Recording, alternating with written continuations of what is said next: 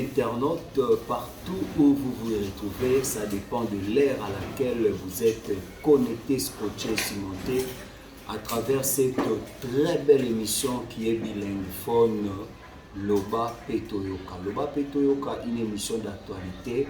Aujourd'hui, je ne serai pas seul, je serai avec une dame que vous connaissez bien, elle s'appelle Passi Diba. La blague, avec elle, on va essayer un peu de s'échanger à ce qui concerne l'actualité.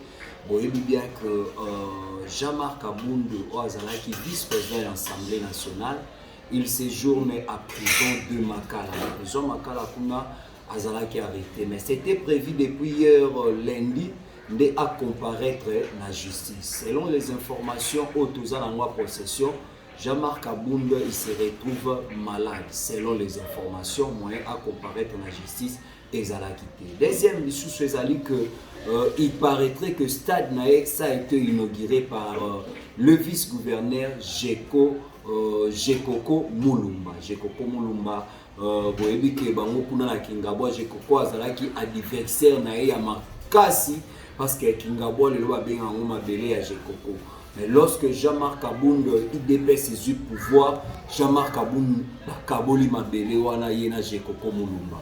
Et Jekoko a inauguré stade ya Jean-Marc na absence na ye. On se pose des questions, qu'est-ce qui se passe? Selon Barimé, que Jean-Marc Sikazali, il est très fâché et les lobes azoloba kelukeli Jekoko a problème.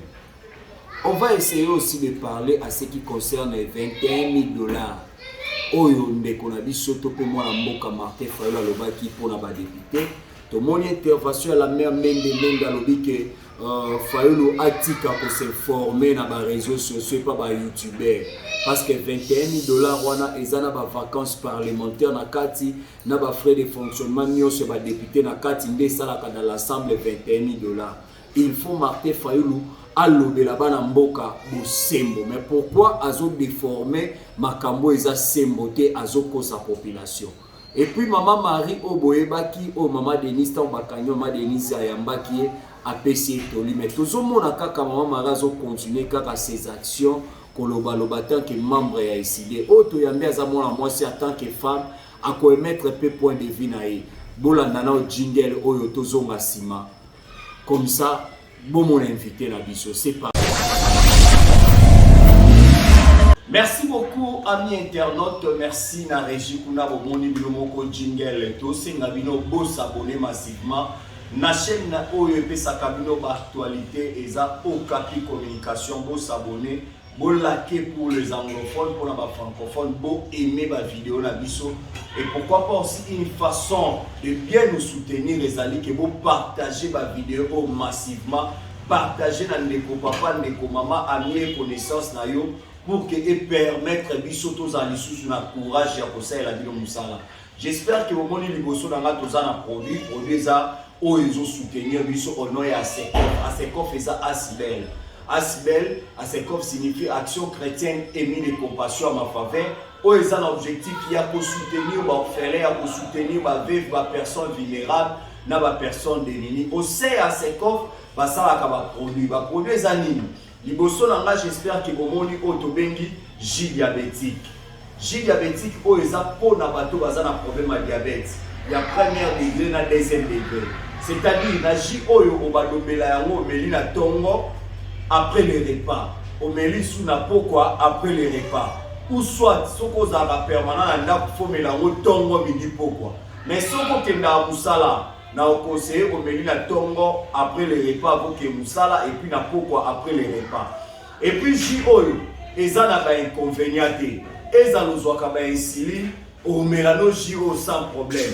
Eza lomela ka masanga omela na yo J oyo sans problème eza na ba inconvénient. À part J oyo nous avons aussi ce qu'on appelle Tangation. Tangation est très efficace, simple mais très efficace. Ezo sungana hémorroïde interne et externe. Bato nyoso bana problème d'éjaculation précoce, bana problème de faiblesse sexuelle. Oza ba problème que amide et tungisaka yo tangation yango yo. Tangation yango utiliser yango bamela yango na tongo après les repas et puis na pourquoi après les repas. Et ça simple mais très efficace. À part yango, je crois que mon affiche n'est pas défilé. Tu as appelé J-Detox parce que tu exposé à moi. J-Detox ils ont servi pour la bateau bazama bumuminene. Ba basa mabuminene, ba bibala mabuminene. J-Detox wana esili sakalibumu. Ozape munene, ozape problème obésité ou pas munene leki. J-Detox wana les apona ko kondisa ko pesa mutu taille na forme.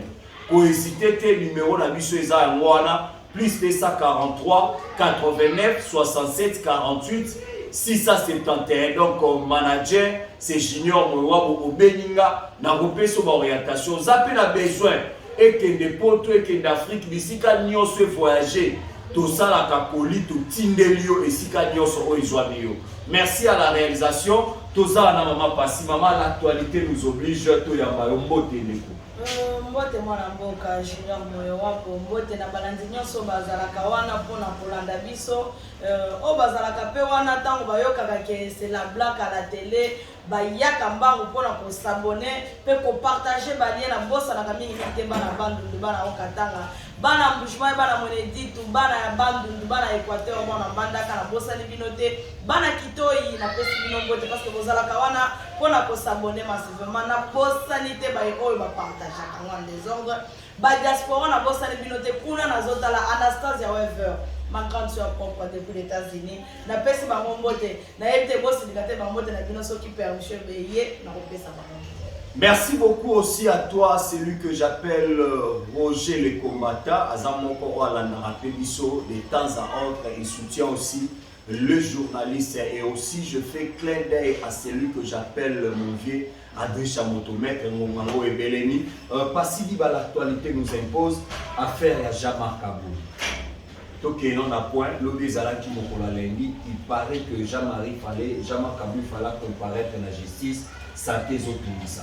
Yo tant que moko pasili baba zali moko ya lisu ya fati c'est-à-dire vision fati ozo kamba mana mwana mboka Jekobeya makanisi topé information ni les à la possession na yo par rapport à ndeko Jean-Marc Kaboul. Oui, président makanisi Jean-Marc Kaboul makambo Jean-Marc Kaboul malade Jean-Marc Kaboul tout ce qui se passe sur Jean-Marc Kaboul. Pour ne pas aller très loin, ils ont concerné Yemoko. Ils ont concerné Yemoko pour aller pas à la kindeko, à la kinetolinga qui est. Nabolingo nyonso na motema na confiance to chaki pa na e parce que za mutu oyo. Oto benga même si benga na papa, biso to benga ke koko parce que za bana mike, so to bito benga papa, non je n'espère pas que na za mona na e. Na za koko na e. Confiance wa chaki kati na e, biso pe to zu confiance wa no papa pesi ya ya. Apesi papa leki apesi ndeko na biso tochango na kati na ye komona lolenge ndeko baluka na 2 minutes caméléon kutezela katake eleka mwa minute pour changer couleur mais ndeko changer na minute denga changer na minute na ya ye nyonso changer moi peut to se retrouver ou bien to kanga ye lisusu ata na maboko to kanga ye ata na maloba to yoka ye ki azanini azanani ezalaki lisusu te parce que akomaki mutu mususu akomaki mutu mususu ndenga za wana il a fallu asamba lobi asambi te balobi santé na eza bien te il faut ba memaye na poto c'est ce que je me demande ba prisonnier nyonso bakangaka pourquoi tango ekoma makambo ekoma makasi base babandaka kobela et puis pona kozwa so il faut ba mema bango kaka na poto nayebi ke après wana ba pousser kaka date ate umeli suka akosamba loka. Est-ce que vous tenez à s'amiter sur le bas du Missa qui est autre? C'est pas une façon à qu'elle exile. Non, mais pour moi, je demande la justice à Mboka Nabiso. Comment il va te vélo, bimisa, kaka ke bazo ke dans un traitement. Tout le monde a besoin de biebele bakima. Ce qui est à la la bonne, mais des bandes de Franck Dion, Babando Subamakila, Bazo Subamakila, à l'époque, et puis il y avait des cochons coco, maman n'a pas la télé, papa n'a pas la boutique, la maman n'a pas qui m'a dit, ouais, c'est notre pasteur, c'est qui encore le pasteur qui est maintenant en Europe, c'est qui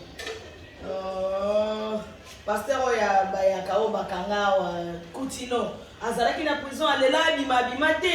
Mais pourquoi seulement maintenant il y a les hôpitaux ici déjà? Oh, bazalaka wana bien, bazana basoin ya bien, ba faire prendre ba tout soin, ba sami sa moninga, so azana problème te ba bimisa, so azana problème, à foutre peine, c'est tout, mon cher. Mais je me pose la question, Jean-Marc Kabunda Zaki na UDPS na moment en opposition. Ce que Zalek qui va maltraiter na UDPS à l'époque wana, Azaki a se retrouvé en prison. Est-ce que Ngaïsa la que Jean-Marc a dit ça, mon amboka Joseph Kabila qui faut na cause soins médicaux libanda ou bien pour le loi comme na vie à noblesse des soins médicaux comme libanda. Et tant nyonso ya Zalaki vice-président, Azalaki pe moko ya président a UDPS. Makanisi ya kosa ba hôpitaux ya bien. Pour les gens poto komemangwa ezala pe moderniser pour la nuit basala ki angote kana mono bakangie komi ke accusation libanda eza mauvaise forme bien mauvaise volonté.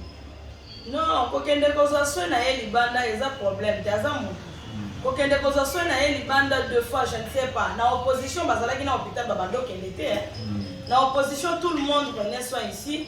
Ceux qui baké mungana zomona neti na moment ya fachi na mo pe ba hôpital la bien ça déjà ezalaka pendant kala. Mais dans ma côté, on va comme une angoisse, parce qu'on s'appelle soin A, on n'a pas de problème. Il y a Diamant, il y a SMK, on sait la publicité, quoi. Bah, HG, HG, Galien, OLK, Ezali, Nango. Hôpital, tout le monde est allé, par contre, il y a des solutions pour les bien, mais c'est comme il y a 4 grammes de Tokotala. Mais maintenant, là, il y a un malaise à nous autres, par contre, il y a tout à l'heure, et puis, à Saint-Lissier. Ceux qui ont sont abîmés, parce que les gens ont la vérité des urnes, la vérité de sa vérité, on connaît la vérité des îles, pour traiter de tous les mots. Jean-Marc a la vérité, les lois se retrouvent en prison, mais Fayoul le banga qui au moins. Non, mais Jean-Marc la vérité, Jean-Marc a ça se retrouver en prison. Fayoul le banga qui est poigné. Est-ce que Fayoul a un politicien? Fayoul a un politicien? Comment tu peux comparer? Non, dans le pays, Jean-Marc est tombé trop bas pour aller suivre ce que Fayoul avait dit. Moi, je ne veux pas encore citer les noms de gens, mais parce que tu cites, c'est pour cela que Jean-Marc a répété ce que Fayoul disait.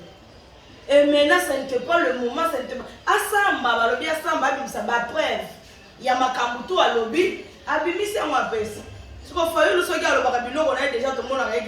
Mutaza sénégalais des fois linga les cahiers na mutu biloko azolo bazoye bango te pas le bakango na français te le bakango na lingala aza sénégalais de fois quelle magie tout le monde a lélogé pourquoi que le inaugurer stade Jean-Marc Kabunda pendant que yemoko initiateur topé likanisi nango utaki pale à se retrouver na prison likanisi bolingi boboto la yango to bo sala récupération politique. Papa, tu penses que si c'était seulement normal comme ça je crois qu'il y a inauguré le stade. Il y avait le cadre de l'UDPS, il y avait les gens, j'avais vu François Chibalabala était là, j'avais vu.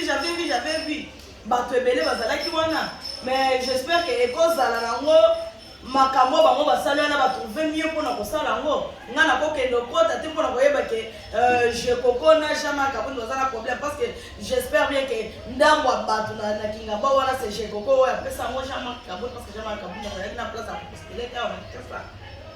Mais maintenant est-ce que tu vas inaugurer ça par corps ya yemoko mukole loko ou bien bosali au cas on est cause à la kaka suivre hein. Aujourd'hui, selon le rumeur, balobi que Jean-Marc Kabunda c'est coco pour moi plutôt tiré malgré qu'il est de loin. Non, c'est normal, parce que Kinga wana bandaka le yembana ki keza ya jeko. Kinga wana so koti jeko ezana mutu ko bundisa ye pona na niveau ya Kinga wana te tu le sais. Jean-Marc ya bakabola on dit. Kabola ye po azalaki. Faut reconnaître quand même que Jean-Marc tangoye bakabole.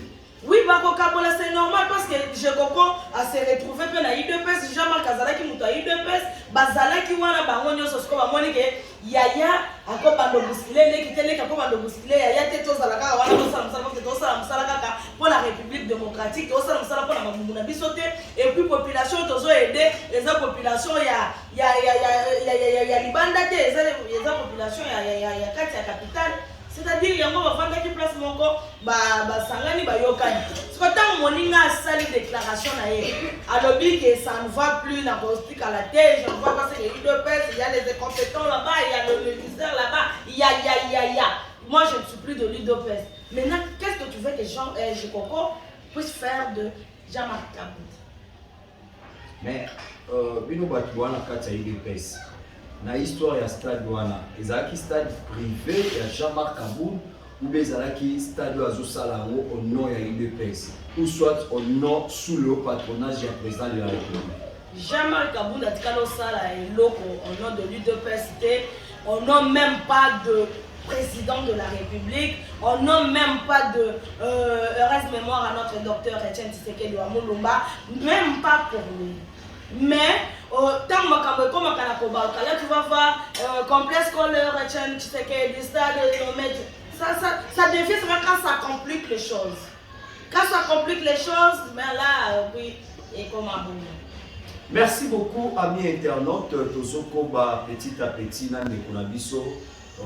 Pasi diba oyo tozo beta baleza côté na baleza kati ko panza tek ensemble na ye ndeko pasi en tant qu'une femme to mona ki mikoleka ki général Kanyama et général Kasolo plutôt Silvano akangaki mama la police ekanga mama mari mais to moni na bolingo o la première dame za kananga moni ke bakoma traiter mama taza mwasi atinda ki baya na mwasi pembeni bayaki na mama mare oya pesa ki etikalo di mala secrétaire comme finance mais bakito monaki mama pesa ki permission la police ki otiketi nanda baki otiketi nanda lobi nango 2 jours après tout moni mama sali conférence de presse et il continue toujours à taquiner pouvoir en place alors baki yaza muta sida za muta lamuka et elle restera idem. Moi, Junior Moyoabo, opposition est là bien, mais il faut comment savoir faire l'opposition. Ceux qui ont à apprendre tout ça, l'opposition, il faut ailleurs bas. Tu sais, tu vois, avec ce que je fais comme opposition, je peux le dire dans l'opposition, je ne peux pas traîner pour faire le 37 ans de lutte de notre Etienne Tshisekedi Mulumba ou de nos amis, les autres de l'UDPS. Je peux compter 10 à 12 ans que je suis prêt à faire l'opposition avec certains grands que j'ai trouvés. Ceux qui maman Marie Lelo, aïe, pour la l'opposition, aïe, balolène à l'opposition. Et puis, na bateau, bazotin, d'ailleurs, on a un bon moni, m'cause, un bon calcul, l'opposition. Pour faire l'opposition, puisque tu as attaqué Mouto, tu as attaqué Mouto, tu as senti que tu as attaqué Mouto, tu as senti que tu as attaqué Siminga, na misala na zosala. Hier maman wana bazo utiliser, c'était juste micro maladeur dengue bando le kana bachango pour la retourner attaquer maman a discuté les causes la kanango. Il s'attaquait à notre président de l'Assemblée nationale Mbosso de côté à banda qui pour s'attaquer na ya s'attaquer na ye compte tenu ya makambo yo bato bazalaki na kati ya parlement ayebi ceux qui bango sont mutu soit aux députés aux sénateurs aux sénateurs ceux qui ont été dans le parlement 3 fois 4 fois au cause de la liste société. Yango ba incompétent, bato yo bakokaka kosala eloko te bakokaka kosala discours de débat te. Ba monaki que ce n'est pas bon pour eux. Yango ba kendo luka maman wana pour ba s'attaquer na boss. So alongwe na boss wa se retrouver na première dame. Na bato yo bazui avant. Autant la une dame azui maman Marie avandi na ye pour s'attaquer à notre première dame. Et les lois comment s'attaquer même dans le gouvernement parce que tout le monde qui sorti ba sala qui na honorable Ados Ndombasi, il écoute ma pesa qui est la parole. Oui, maman. A commis les lots vedettes. Avant vedette na bango, mais comme on nous dit toujours dans les tibias, il n'y a rien. Parce que l'habitant va qui est assez qui pardon. Maman n'a pas la car, maman boy boy. Ba député nous sommes là, maman n'a pas la quitter. Mais pour quand c'était pas une façon de dictature quoi. Non, parce qu'il y a le bateau. Non, écoute papa. Au moins dès que tu as la caboye, ceux qui m'ont fait l'eau, tu as bien entendu ah, Zambe na ngai. Azalaki na nyongo ya nani aya kosenga ngamba na bomoto boye na so ngisela ye. La première dame de fois, yeke mais Sylvano Kasongo, à moins que ça devienne de trop. Et comme on était ici avec maman Olive Lembe, 10 mois. Nanyo se déclare dans mes gestions il y a 18 ans. Nanyo soyo ka penza boye, a télé ko finga maman Olive. Même après pouvoir à maman Olive. Même après pouvoir na ye. On fait meka ki ko lobaka moi ça. Aïe, biso de télé mi kaka ke toza maman. Oui. Biso malgré toza batu, tozala ki na opposition na bango, Mais totalement, tu le bel Kofi, c'est une femme, tu ne peux pas parler comme ça. Kofi a zonga pas écouter. Mais quand ça devient que Babotami na moi si, boyoka moi si peut azobim ça va bêtise, pour ma famille ya mutu mususu parce que ça président de la République, il faut andi baba pour ma famille na yeke maman na biso papa na biso bana congolaise te papa na biso za boy e bando ça ba problème na famille. Ya moi tellement qui va benga qui va lobela qui est. Dès qu'alingi koyoka te, lokola za moi ça y est na opposition sika. On doit s'en charger toi bando ça là, abando le kana ba émission ça là. Demo benga boyo tuni likamu ya ye so yo ki ndenge na répondre na lobby ka za inconscient. Aza inconscient. Akozala wana kaka bongo ba bando utiliser ye ayezo to ka memi kutuna mwana ne ko ba za ina msala. Mais vanda na opposition mutukutu tala mutukutu oyo zolanda na opposition wana ye moko aza stable te. Biso to vana makolo ya Etienne Tshisekedi po zala nanzala na mpia kozo yo zo kuta aza stable. Azala ba stratégie ya kosalela musala. C'est pour cela je vous dis bossa la opposition oyo les autres peuvent s'abattre jusque là to lobaki papa Etienne lobaki UDPS au pouvoir to kozala na opposante. UDPS au pouvoir vraiment comme ça opposant ozala te o mata o kita po okokate mutu lokola na oyo sala na opposition na ndenge ni.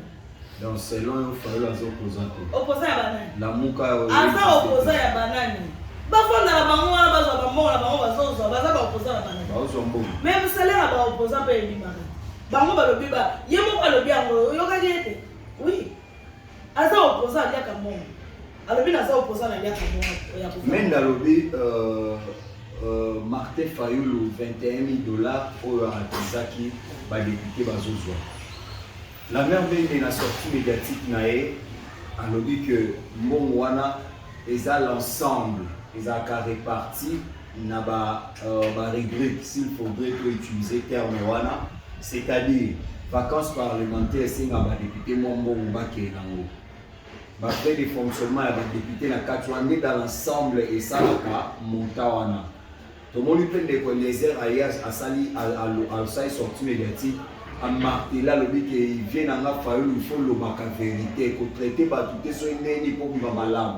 En même temps, il pose un député national, il pose un salaire en tant que député.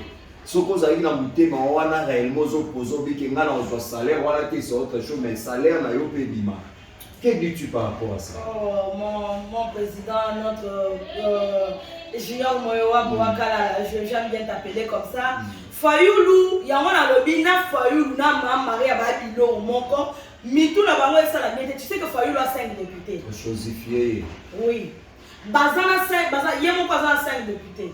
5 députés na yewana bazwa ka pe 21,000 wana. Bazwa ka ngonde ngi ya lobi ke za 21,000. Siko tango za député 21,000 $. Bazala kana ba assistant au moins 2 ou 3. Ba transport, ba carburant, biloko to ekota kana kati. Ndenge ba yaka wana makambutu ba biloko to muto asala ka fois tozana na réunion lelo tozana nini na plénière lelo tozabo faut pas bimisa bambongo. C'est que Fayoulou peut abandoza mbongo wana. Azu yango pendant 2 ans de président Félix Tshisekedi au pouvoir. Pour na bambongo abandoza ya commission ya tanga azalaki na régime passé te. Bandoza pe bambongo commission na régime passé. Nyonso na olobe na wana pour le moment. Pourtant abandoli wana alena bambongo sous zo bimata ya misala boyi abandoli yango. Wana zalaki bien. Na pouvoir en facture il y a 3 ans au batunyo se telemi bango awa azo sala le côté aze le côté azo ko kata aze compétent azo boy wana. Na pouvoir na ye oya fachi Fayoulou allié déjà mon parce que fachi déjà azo ko 300 c'est pour bientôt.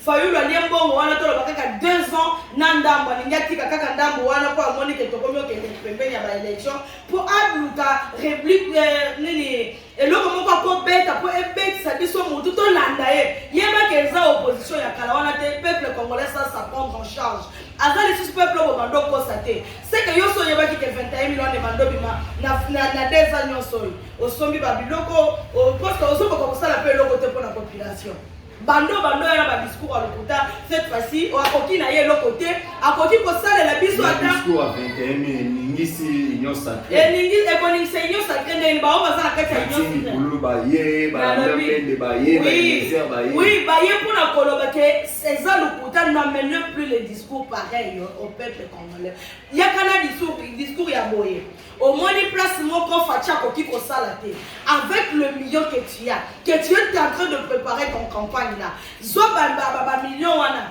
kita ata na ndili kita ta place banzela ezate salela biso ta nzela ya 2 mètres ata ya 3 mètres ata ya 4 mètres ata ya 5 mètres salela biso discours à bongo ne faut pas que vous ayez un discours moko ya lukuta epola ezanga tina po ya koyebisa est-ce que moni population est monté po biso tozalaka pembeni ya peuple tozalaka pembeni ya base à tout moment ozoyo tozalaka pembeni ya base à tout moment c'est-à-dire yene eloko malonga te Tini Poulou, la sortie médiatique nae que je salue honorable alobi Martin Fayulu tel qu'il est là mbongo ya opposition et bimaka c'est lui né à persévérant yango yo attend que moko ya eu pes ozo ba monibo papa bango ko to na opposition na bango mbongo zo bino biso na ta opposition wana ngana bandomo na bongo te ko bandomo na ndenge to zalaki yende ngali mo opposition wana e ko aider personne biso mo eloko moko bien ako e ko aider yende ngami lo ba gaza muto abandundu akita pe na kitoi akita pe na mbende village akita pe na munzabala akita pe na nzela fresh akenda salela bango ata no fils nzela ata ma ya forage parce que forage soki oza vraiment na 3000 et le biloko wana ezate biloko wana ezate ata flat moko alukuta bo ezate ata ndako moko kamonda ko azate ezate kasi yango tolobi yango na lobi boye na ba discours ya pambala ozoyela biso wana il a fallu qu'il na moment où abandi na ne pas na bango na mboka na bango na village na ye natal kwa ye biango oya lobika ye bien so ça sénégalais tenga na opesa ye défi na opesa challenge akende na mpe pa na bango sala nini asale la biso nzela ta 2 mètres na otangele ka nzela wana za banzela ba ndonga na kota kende na okiti na munza bala va encore masimanimba okiti munza bala kende nzela ya kitoi parce que za banzela minene poso yo Fayulu oui mwenga mboka mwenye Fayulu yo ndenge za mutabangu so kitika na munza bala nzela wana za munene na mbongo zozo ya opposition na $21,000 au bando zo chaque mois en tant que député au kosa la penzela ta ya 200 mètres tolongwe wana kote na ngata na munza ba na nini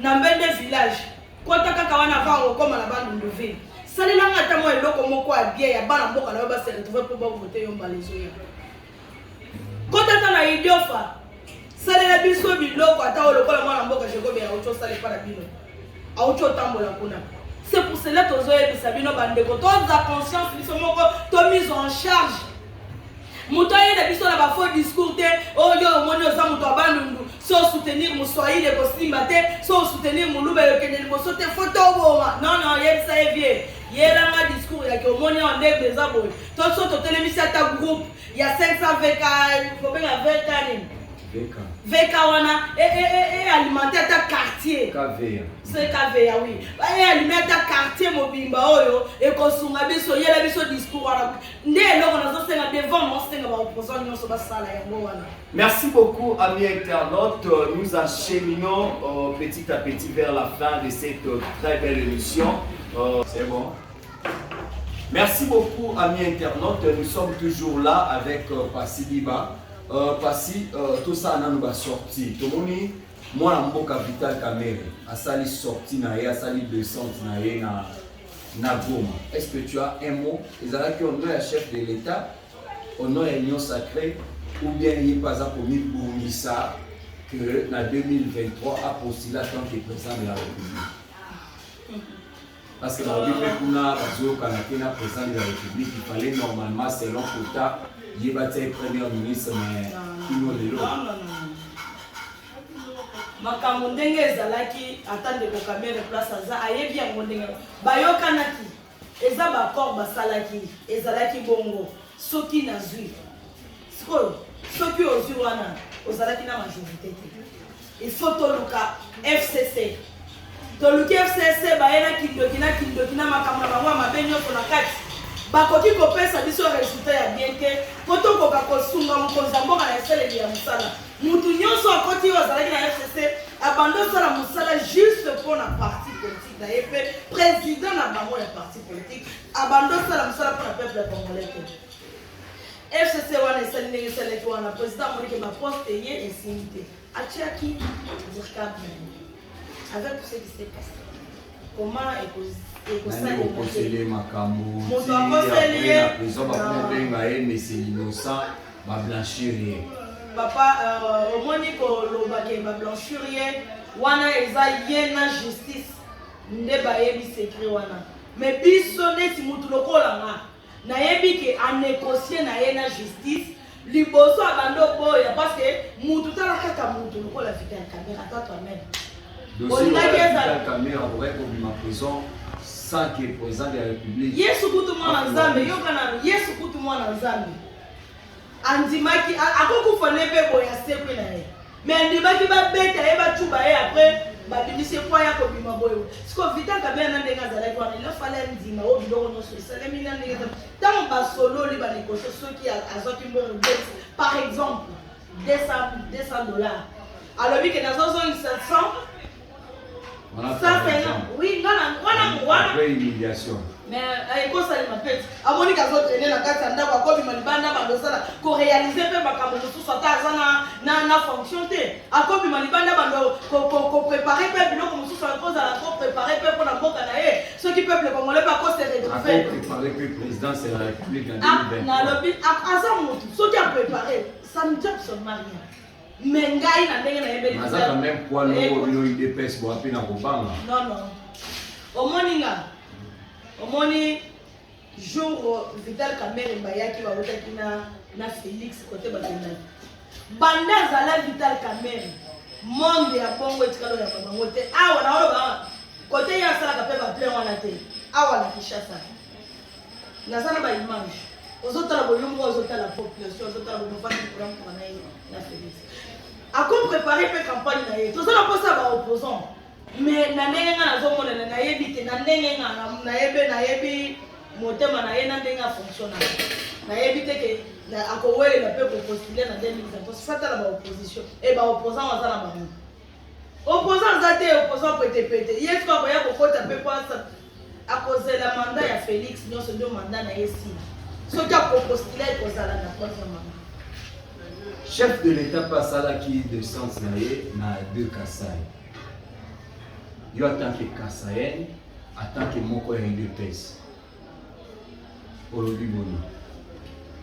Oui, moi na mboka. Ojati les jeunes, selon yo akutsa moboni. Wana eza ba 200 to ezolobeleza ya kala o alekaki kuna akutaki projet les jeunes etambolaki te makambo nyonso ezalaki fwefe na fwefe parce que tu sais que na pouvoir na ye aza na vision na ye bato baza na vision na bango. Moto azotambola na vision ya chef de l'état okokuta kaka bato oyo baza wana bazokase ye bato baza na vision chef de l'état okomona kaka remaniement esalemi balongoli bango nomination esalemi balongoli bango balingi kaka bamiyibi oyo baza na kati ya kosala te babanda bazala wana mpona koétouffe vision na ye ntango alekaki kuna na baprojet les jeunes nyonso wana arelance batravail na ba 2 Kasai wana na Kasai oyo na mouvement ya Kasai oriental basi babandeli banisala eza na kati ya kosalema oyo nyonso omonaki ekundami wana eza ya kotelema toki awa na kananga kote auti ozala korelance deuxième projet na ye akuti déjà projet ya nzela ya kolongwa kalamba mbushi ti na dilolo esesalemi déjà c'est-à-dire à 15 mpona kolakisa mpe kotelema parce que shit katende wana soki esimbi eza nzela monene mpe nini kalamba mbushi wana so nzela wana esili epuis shit katende esimbi eza eloko moko mpe ya monene mpona république démocratique du congo ase retrouve mpe na batache moko ya mike oyo tozala wana difficulté na kati ya mboka na biso epuis nzela oyo ezosalema wana ya nini ya shit katende ya kwa encore shit katende non ya dilolo nzela wana nyonso so esalemi okomonake biloko tozolia babiloko mosusu ekobanda ozala moins cher ezokota na banzela baninga ezoya na banzela wana tokobanda ofuta mpe babiloko ebele te epuis tokobanda ozanga kolia biloko ya kalite ya bien te na nzela wana c'est-à-dire mokonzi ya mboka aza na vision na ye aza mwana mboka que nalobi ka kotika la liberté mais na battant auto kozala na ye na yebite oya koya wana akoya ko kosa biso ou bien asalela biso mais gestion lokola régime passé wana auto accepter puis on so ba bika ka boye biso tozaka amen amen non parce que ata ye moko amoni ke na peuple congolais abotami nzela moko na ntango ya vi pouvoir ntango azwi pouvoir balongoli biso elamba ya mwindu nyonso bafinikaki biso na elumbu. C'est-à-dire avec Félix, tozona de la mort comme tozomona clair. Avec Félix, qu'est-ce qui manque? Va relancer Niba jusqu'à ces jours. Bah parce que déjà maman Niba déjà la mort. Faut essayer bando sale makona. Wana to benga bango chap. Eza chap moko pamba te otokotika kaka ke ba pesi mbongo na bango to ndimi pe koyeka mala moko ko busai. Mais pour les richesses exactes. Il faut pas que les gens malèment, si étape par étape et puis va continuer na nini na kati ya nini ya izini. Kuna zelo como était toti mola mabulu awa betele msali bende so non. Kuna listi di type musala yozo sala folie chez Bona ni diamant eza partout. Diamant eza partout aussi lisala biso na histoire ya mwana mboka Jekoko Mulumba, vice-gouverneur. Tosu pe moi ba doléance ebele mwana mboka Jekoko Mulumba alakisa bolingo asala bana kingambo mort. Mais selon les informations eux ils ont la possession na biso ba mort wana de temps à autre ils ont un problème ya malili. Na biso ba lobezo lumba solo de maison lumba solo. Na ebi ke to beta pe moi to kuna tozwa kizwa tout la information yo lo ba boni par rapport à eza eloko bien président oyo asalelaki baninga asalaki eloko moko ezalaki bien ndenge bato nyonso bazolobela yango eza bien aki eza na prix ya bien pour moi eza eloko te ke morke eza mabe mais il faut bayeba lolenge nini ya koambome bibeli asala système lokola ya Mutombo Dikembe ozala na mbongo te ye azalaka wana mpona kosala nini baambome mutu azala na bon état. Tant que vous avez fait des facture à payer soit apesi bango facture n'emballage à retrouver à cause de facture na ye afuti akuti ebembe na ye ezala kaka na état ya bien soki ebembe ya bato ezopo na balobi ke moko wana ezopesa solo makasi na kosenga na mwana mboka Jekoko Mulumba wa aza vice gouverneur na biso kolandela eloko wana parce que malili soki osomi pe ba groupe ya minene wana et puis na ba formule la qualité des fois bazala formule la bien bato basala ka misala bien te bakochuba bato la formule nike ale muto poli et comme mabe c'est pas bon bosala musala na bino na lolenge ya bien parce que morke wana ezo aider baninga et puis so solo comme yo sala bongo na population et kolukela bango pe kaka malade eloko ezalaki bien et comme la bango mingai wana ezala ko la conseil to sengi na ndeko Jekoko Mulumba landela bato bazana morke pona kochuba bato ba formule.